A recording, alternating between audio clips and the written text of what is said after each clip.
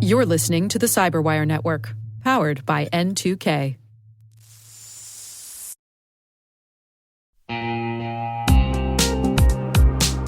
Hey everybody, Dave here. I've talked about Delete Me before, and I'm still using it because it still works. It's been a few months now, and I'm just as impressed today as I was when I signed up. Delete Me keeps finding and removing my personal information from data broker sites, and they keep me updated with detailed reports, so I know exactly what's been taken down. I'm genuinely relieved knowing my privacy isn't something I have to worry about every day.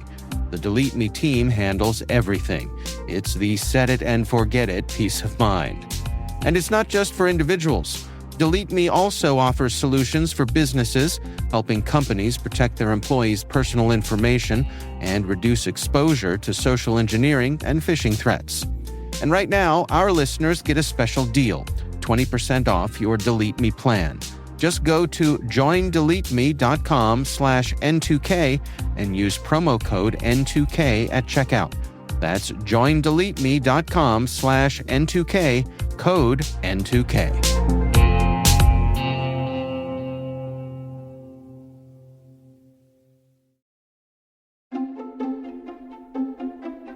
Hello, my name is Anisha Patel. I'm an associate director at Raytheon Intelligence and Space, based in Washington, D.C., and I work in the Cyber Protection Services Division.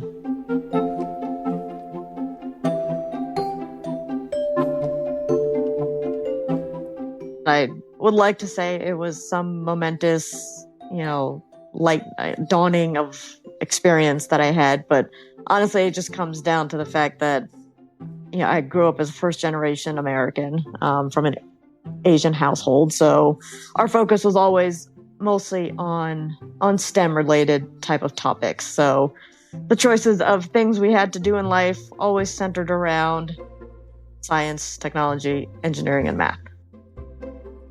As a child, I was always interested in math.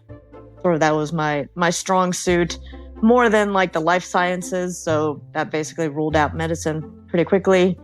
Since I had a strong desire to focus on math, I selected engineering as my career choice. My parents were also from a math and engineering background. That's what folks came here from other countries to excel in, stick to what's tried and tested, as opposed to trying something sort of off the wall and new, because in their mind, anything outside of science and math was off the wall and new.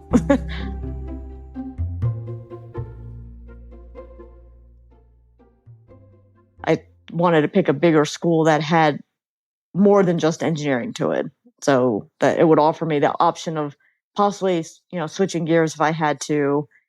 From there, I ended up choosing electrical engineering just because it had a more of a math focus and less of a science focus to it. In high school, you never realize how few women there are in STEM until you get to college. Because, in high school, everybody has to take everything. So from there, it was basically worked for a year and then decided to go to grad school. And since I did still enjoy engineering, I went ahead and actually went to grad school at Georgia Tech and got my master's in electrical as well. When I was at Tech, Raytheon actually came down to campus to recruit. So I have grown up in the Washington, D.C. area my whole life, and we'd always seen the E-Systems building. Everybody knew E-Systems, which was our legacy company prior to Raytheon. They always knew that they did, the cool black world secret spy stuff, right? So Raytheon comes down to campus to recruit. At that point, it was Raytheon E-Systems. And since they were local to the area, I interviewed with them and ultimately was given an offer to join E-Systems in Falls Church, Virginia as a hardware engineer.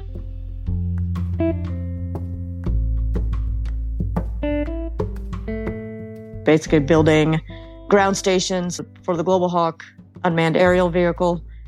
Had some pretty good mentors that I didn't even realize. It was not a formal mentorship, but people who suggested or pushed me into different areas of the company and different programs based on what they saw as a skill set that I had. I got requested to do a rotational assignment in program management because I wanted to basically round out the engineers to understand the finance side.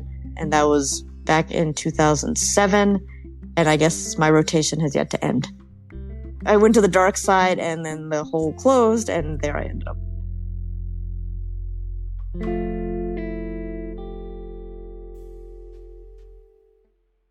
I've heard it said many times, program managers worry about everything. And over the years, I have realized you do worry about everything, from recruiting to are people getting their ethics training done on time? Is a customer having a meeting that we need to prepare for? To now, of course, these days, it's all about COVID and vaccinations and mandates and all that stuff. So I'd say on any given day, I couldn't tell you what I focus on, because it's sort of, you're always looking into the future as well as the present.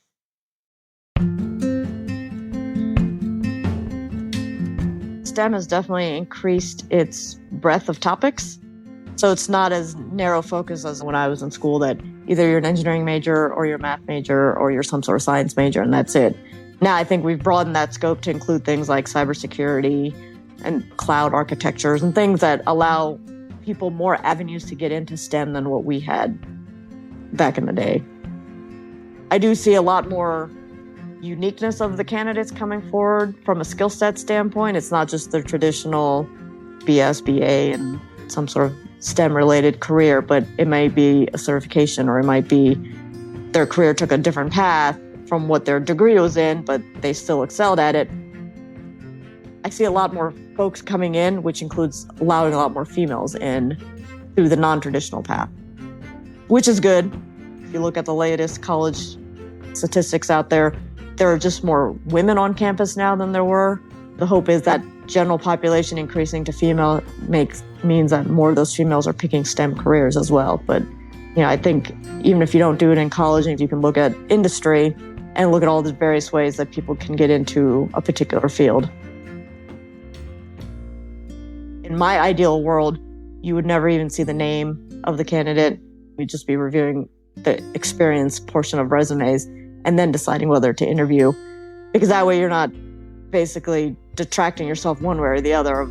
You're looking at what their capabilities are, and you're not just narrowing it down to one particular type of skill set or one particular type of experience. You're looking across the board to bring in that diversity of thought. I got results. I drove teams to their top performance and capability, and then held myself to that same high standard. I was not a do as you say, not as I do type of person, but I was right along with them, achieving the best of me as well as the best of them.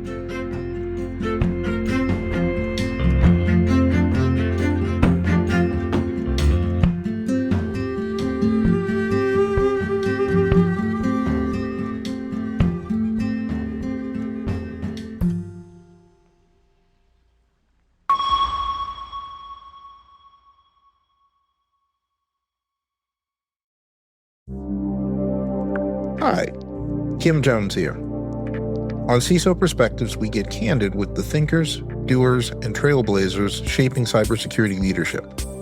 No scripts, no sales pitches, just real stories and hard-earned lessons from folks who've been there. If you're looking to grow as a leader, or just want to hear how others are navigating this ever-evolving field, listen to CISO Perspectives. It's your seat at the table.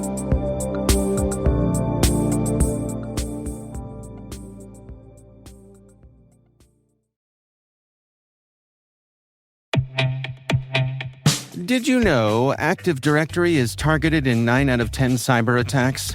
Once attackers get in, they can take control of your entire network.